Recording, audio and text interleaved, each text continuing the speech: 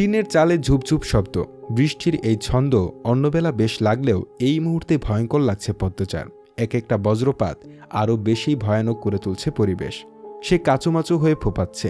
বৃষ্টির শব্দ একটু কমলে কিছু কথা ভেসে আসে বাতাসে। আপনি ভয় পাচ্ছেন কেন?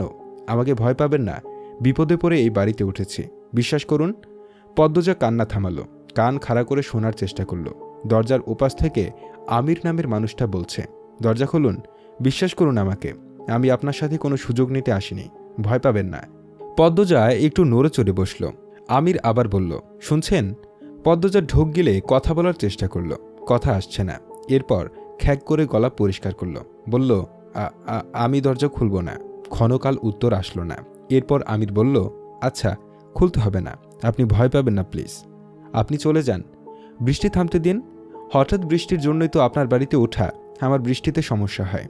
আমিরের মুখে স্পষ্ট শুদ্ধ ভাষা শুনে পদ্মজা বুঝল লোকটা শিক্ষিত, কথাবার্তা শুনে ভালো মানুষ মনে হচ্ছে। তবুও সাবধানের মার নেই। সে দরজা খুলল না, বিছানায় গিয়ে বসল। ভয়টা কমেছে। শুনছেন? পদ্মজা জবাব দিল, বলুন। আপনার নাম কি? ডাকনাম বলুন। পদ্মজা, সুন্দর নাম, আমার নাম জিজ্ঞাসা করবেন না? জানি। আমির অবাক হওয়ার ভান ধরে প্রশ্ন করল, কিভাবে? আমাকে চেনেন? না, কিছুক্ষণ আগেই নাম বললেন। তখন তো ভয়ে কাঁপছিলেন, নাম শুনেছেন? বাপ্পা! আমিরের কণ্ঠে রসিকতা। পদ্মজা মৃদু হাসল। কেন হাসল জানে না। আমির বলল, শুনছেন? শুনছি। আপনি কি এরকমই ভীতু? আমার সাহসিকতা প্রমাণ করার জন্য এখন বের হতে বলবেন, তাই তো? ওপাশ থেকে গগন কাঁপানো হাসির শব্দ আসলো। আমির হাসতে হাসতে বলল, বেশ কথা জানেন তো। এই বিষয়ের কথাবার্তা এড়িয়ে গেল পদ্মজা। বলল, বৃষ্টি কমলেই চলে যাবেন কিন্তু। এত তাড়াতে হবে না, বৃষ্টি কমলেই চলে যাব, কষ্ট নেবেন না। খালি বাড়ি তো, বাকিরা কোথায়? এটা মোর্শেদ কাকার বাড়ি না? জি। ওনার ধানের মিল তো এখন আমার আব্বার দখলে, ছুটিয়ে নেবেন কবে? পদ্মজা অবাক হয়ে দরজার দিকে তাকালো, বিস্ময় নিয়ে বলল, আপনি মাতব্বর কাকার ছেলে? অবাক হলেন মনে হচ্ছে। মাতব্বর কাকার ছেলের নাম তো বাবু। আমির হেসে বলল, আমার ডাকনাম বাবু, আম্মা আর আব্বা ডাকে, ভালো নাম আমির। পদ্মজা আর কথা বাড়ালো না। বজ্রপাত থেমেছে, বৃষ্টি রয়েছে। আমির জিজ্ঞাসা করল, বাকিরা কোথায় বললেন না? আম্মা আব্বা ঢাকা, আজ ফেরার কথা ছিল। আর আমার 2 বোন আর ভাই নানা বাড়ি, বোধহয় বৃষ্টির জন্য আসতে পারছে না। এখন আমাকে ভয় পাচ্ছেন? একটু একটু। এটা ভালো, অচেনা মানুষকে একেবারে বিশ্বাস করতে নেই। বাসন্তী ভ্যান থেকে নেমে সামনে এগোলেন। মোর্শেদের বাড়িটা তিনি চিনেন না, তাই কোন দিকে যাবেন বুঝে উঠতে পারছেন না। এদিকে আকাশের অবস্থা ভালো না, রাস্তাঘাটেও মানুষ নেই, ঝড়ো হাওয়া বইছে। আরও কিছুটা পথ হাঁটার পর আচমকা ঝড় শুরু হলো। তিনি দৌড়ে একটা বাড়িতে উঠলেন। রমিজালি বারান্দায় বসে হুক্কা টানছিল, সিল্কের শাড়ি পরনে, পেট উন্মুক্ত, লম্বা চুলের বেনুনিতে ধবধবে সাদা বাসন্তীকে দেখে তিনি অবাক হয়ে এগিয়ে আসেন। বিস্ময়ে প্রশ্ন করেন, ক্যাডা আপনি? কারে চান? বাসন্তী কেঁপে উঠলেন। ঘাড় ঘুরিয়ে রমিজকে দেখে লম্বা করে হাসলেন। বললেন, হুট করে মেঘখান আইসা পড়ল তো। কে আপনি? কার বাড়িতে যাইতেন? মোর্শেদের বাড়িতে। রমিজ আলী বিরক্তিকর ভাব নিয়ে সরে যান। ঘরের ভেতর থেকে চেয়ার এনে দেন। বলেন, মোর্শেদদার কি লাগেন আপনি? বাসন্তী চিন্তায় পড়েন। গ্রামের মানুষ তো জানে না তার আর মোর্শেদের সম্পর্ক। এখন জানানোটা কতটা যুক্তিসঙ্গত। সেকেন্ড কয়েক ভাবার পর যুক্তি মিলে গেল। গ্রামবাসীকে বলা উচিত, নয়তো সে তার অধিকার কখনো পাবে না। একমাত্র গ্রামবাসী পারে তার জায়গাটা শক্ত করে দিতে। বাসন্তী রমিজালের চোখের দিকে তাকিয়ে বললেন, আমি তার বউ লাগি, প্রথম বউ। তার লগে আমার 20 বছরের সম্পর্ক। রমিজালির চক্ষুদয় যেন কোটর থেকে বেরিয়ে আসতে চাইল। মেঘ না চাইতেই বৃষ্টি পাওয়ার মতো আনন্দ অনুভব করেন। তিনি প্রবল উৎসাহ নিয়ে বলেন, হ্যার পরের বউ জানে না? থাহেন কই আপনি? রাধাপুর। লুকায় রাখছিল বিয়া কইরা? হ। এখন মোর্শেদ আমারে তালাক দিতে চায়, আমার সাথে সংসার করতে চায় না। আর আমি আমার অধিকার নেওয়ার জন্য আইছি। আমি তার বাড়িতে থাকবার চাই। আপনারা আমারে সাহায্য করবেন? গ্রামবাসী ছাড়া মোর্শেদ আমারে জায়গা দিব না। রমিজালি প্রবল বৃষ্টি আর বজ্রপাতকে হটিয়ে উঁচু স্বরে বললেন, আপনার জায়গা করে দেওয়ান আমরার কাজ, আপনি চিন্তা করেন না। মেঘটা কমতে দেন, এরপর খালি দেখেন কি হয়। বাসন্তী চোখ মুখ জলজল করে উঠল। ভরসা পাওয়া গেল রমিজালির প্রতিশোধের নেশা পেয়েছে। মোর্শেদ তাকে কত কটু কথা বলেছে, অপমান করেছে। এইবার তার পালা। প্রতিটি অপমান ফিরিয়ে দেবেন বলে শপথ করেন। তিনি বাসন্তীকে ভরসা দিয়ে বলেন, আপনি বইয়া থাকেন, আমি আরও কয়জনরে লইয়া আইতাছি। রমিজ আলী খুশিতে গদগদ হয়ে বেরিয়ে যান। সঈদ, রজব, মালেক, কামরুলকে নিয়ে ফিরেন। সবার হাতে হাতে ছাতা। কামরুল আটপাড়া এলাকার মেম্বার। গ্রামের কোনো অনাচার হলে তা দেখার দায়িত্ব তার, তাই তিনি মাথার উপর বজ্রপাত ঝড় নিয়েই ছুটে আসেন। পদ্মজা উসখুস করছে, টয়লেটে যাওয়ার প্রয়োজন, প্রস্রাবের বেগ বাড়ছে। এভাবে আর কতক্ষণ থাকা যায়? সাহসও পাচ্ছে না বের হওয়ার। রুমে পায়চারি করল কিছুক্ষণ, চোখ বন্ধ করে জোরে নিঃশ্বাস নিল। এরপর কাচি কোমরে গুজে নিল, আয়াতুল কুরসি পরে বুকে ফু দিল। তারপর দরজা খুলল। আচমকা দরজা খোলার আওয়াজ শুনে আমির চমকে তাকালো।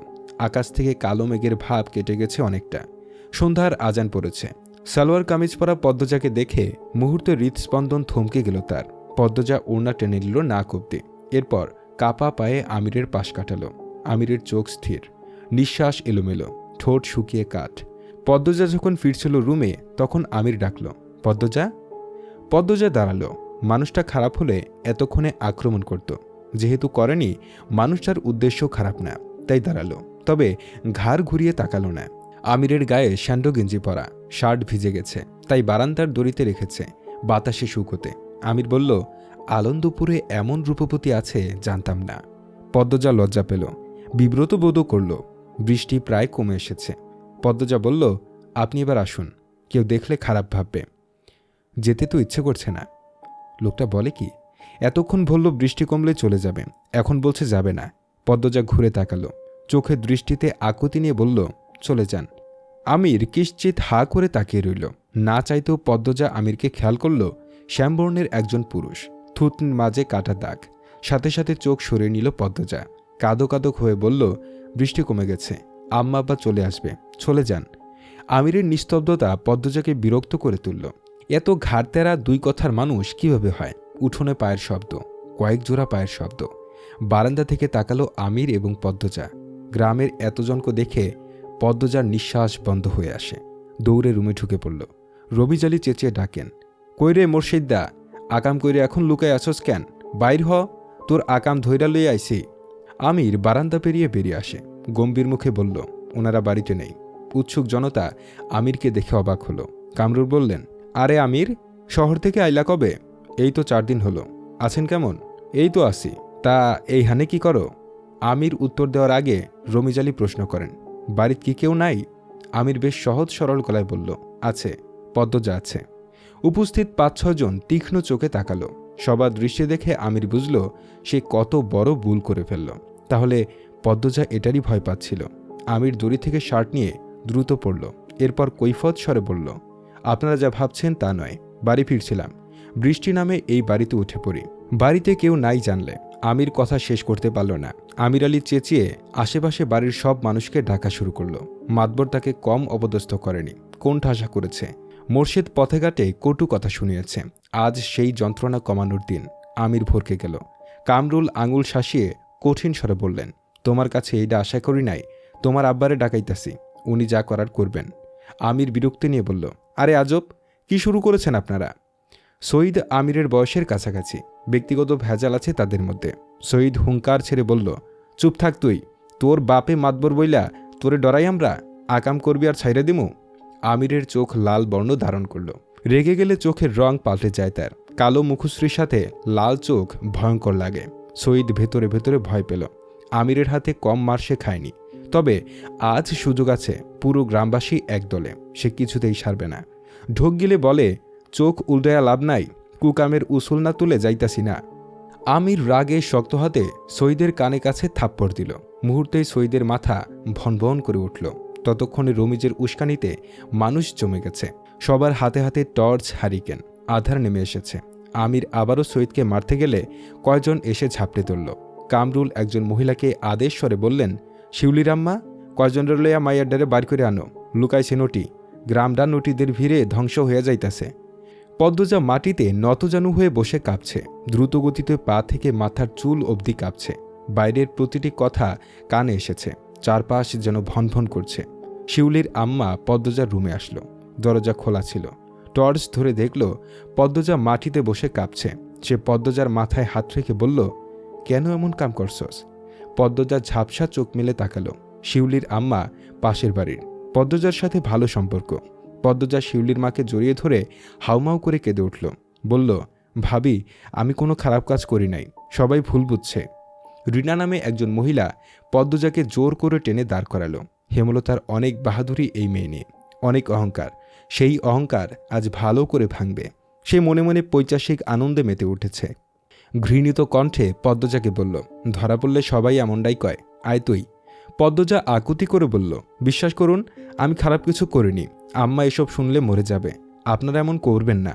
কারো কানে পৌঁছালো না পদ্মজার কান্না, আর্তনাদ, আকুতি। সবাই গ্রামের সবচেয়ে সুন্দর মনের সুন্দর পরিবারের সদস্যগুলোকে ধ্বংস করায় মেতে উঠল। পদ্মজাকে টেনে হিঁচড়ে বের করে আনে। কখনো ঘোমটা ছাড়া কোনো পুরুষের সামনে না যাওয়া মেয়েটার বুকের ওড়না পরে রইল ঘরে। 3-4 জন মহিলা শক্ত করে চেপে ধরে রাখল। সবাইকে উপেক্ষা করে পদ্মজা ঘৃণা চোখে তাকালো আমিরের দিকে। আমির চেষ্টা করছে নিজেকে ছাড়ানোর, কিছুতেই পারছে না। পূর্ণা জ্বরের চোটে কাঁপছে। বাড়িতে ঢুকে দেখল কোলাহল, ভয় পেয়ে গেল। একটু এগিয়ে গিয়ে দেখল পদ্মজার বিধ্বস্ত অবস্থা। জ্বর মুহূর্তে উবে গেল। দৌড়ে এসে পদ্মজাকে জড়িয়ে ধরল, চেঁচিয়ে উঠল, আপনারা আপারা এমনি ধরছেন কেন? আপা, এই আপা, কাঁদছ কেন? পদ্মজা কেঁদে বলল, পূর্ণা, আম্মা মরে যাবে এসব দেখলে, আমি কিছু করি নাই পূর্ণা। পূর্ণা কিছু বুঝে উঠতে পারছে না, শুধু অনুভব করছে তার বুক কাঁপছে, ব্যথায় বিষে যাচ্ছে। সে রিনাকে বলল, খালা, আপনি আমার বোনরে এভাবে ধরছেন কেন? সারেন।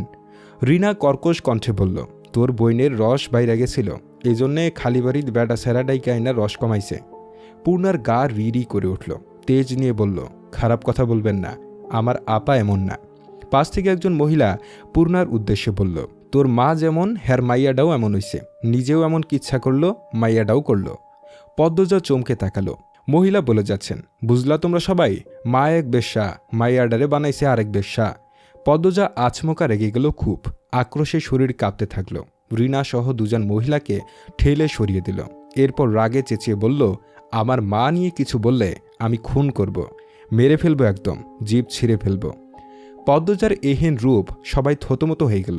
লম্বা চুলগুলো খোপা থেকে মুক্ত হয়ে পিঠময় ছড়িয়ে পড়ল। চোখের মণি অন্যরকম হওয়াতে মনে হচ্ছে কোনো প্রেতাত্মার রাগে ফোঁসফোঁস করছে। গ্রামের কয়েকজন মহিলা আবার বিশ্বাস করে পদ্মজা কোনো পরীর মেয়ে, তাই এত সুন্দর। এই মুহূর্তে তারা ভাবছে পদ্মজার ভেতর কেউ ঢুকেছে, তাই সামনে এগোলো না। রিনা একাই এগিয়ে আসলো। পদ্মজার চুলের মুঠি ধরে বিশ্রী গালিগালাজ করল। এরপর কামরুলকে বলল, কামরুল ভাই, এই বান্দিরে বান্ধা লাগবো। পূর্ণা, প্রেমা পদ্মজাকে ছাড়াতে গেলে সাইদ সহ আরও 3-4 জন এগিয়ে আসলো। অন্ধকারের ভিড়ে পড়ে পদ্মজা, পূর্ণা, প্রেমা বাজেভাবে উত্ত্যক্ত হলো। কয়টা কালো হাত নিজেদের তৃপ্তি মিঠিয়ে নিল। 3 বোনের কান্না, আর্তনাদ কারো হৃদয় ছুঁতে পারল না। হেমলতার অনুপস্থিতিতে তার আদরের 3 কন্যার জীবন্ত কবর হচ্ছিল, বাধা দেওয়ার কেউ ছিল না।